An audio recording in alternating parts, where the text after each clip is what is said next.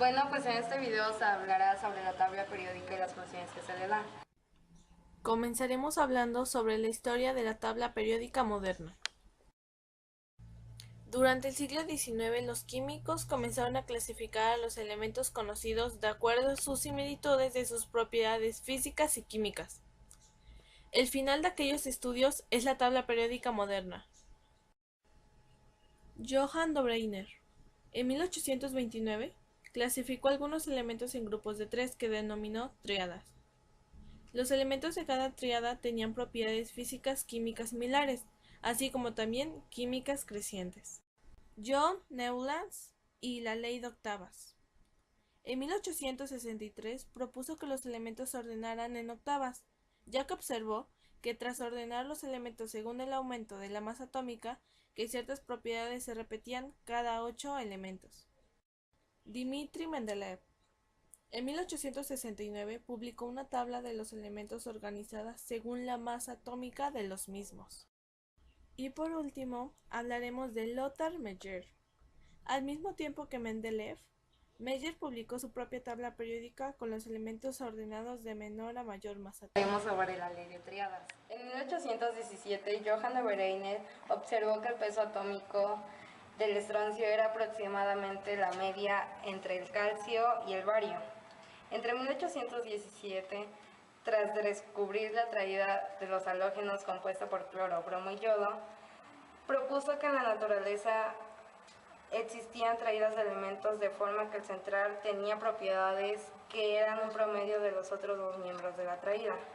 Estas ideas se volvieron muy populares. Entre 1829 y 1858, científicos encontraron esos tipos de relaciones químicas se extendían más allá de las tríadas. Durante este tipo se añadió el flúor a la tabla periódica. Este tema es el descubrimiento de la tabla periódica. El tornillo telúrico fue el primer intento de diseño en la tabla periódica. Fue publicada en el año 1826 por el griego francés Charles Cousteau.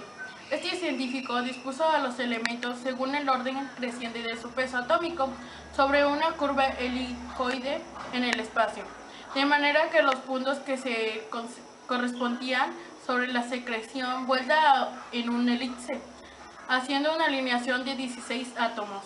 A esto se le llamó el tornillo telurífico. Para concluir, hablaremos sobre los efectos de la tabla periódica. Aunque la clasificación periódica de los elementos de Mendeleev aportó teorías más importantes a la química, tiene un cierto número de irregularidades. Primero, no sitúa el hidrógeno en un lugar adecuado de la tabla, pues la posición del hidrógeno varía en las distintas formas de tablas. Segunda, la distribución de los elementos no están siempre en orden creciente de pesos atómicos. Ha sido necesario, en ciertos casos, alterar el orden de pares de elementos colocando adelante el de mayor peso atómico, para poder agrupar los elementos atendiendo a sus propiedades. Tercera, la continuidad en la ordenación de los elementos queda rota. La ordenación se rompe en el sexto periodo. Cuarta, da excesiva importancia a una de las valencias de los elementos. Muchos elementos presentan diversas valencias y una sola de ellas, en general, no la más importante, queda destacada al situar el elemento en la tabla. Quinta, no hay separación clara entre metales y no metales. Sexta, no se establecen relaciones cuantitativas.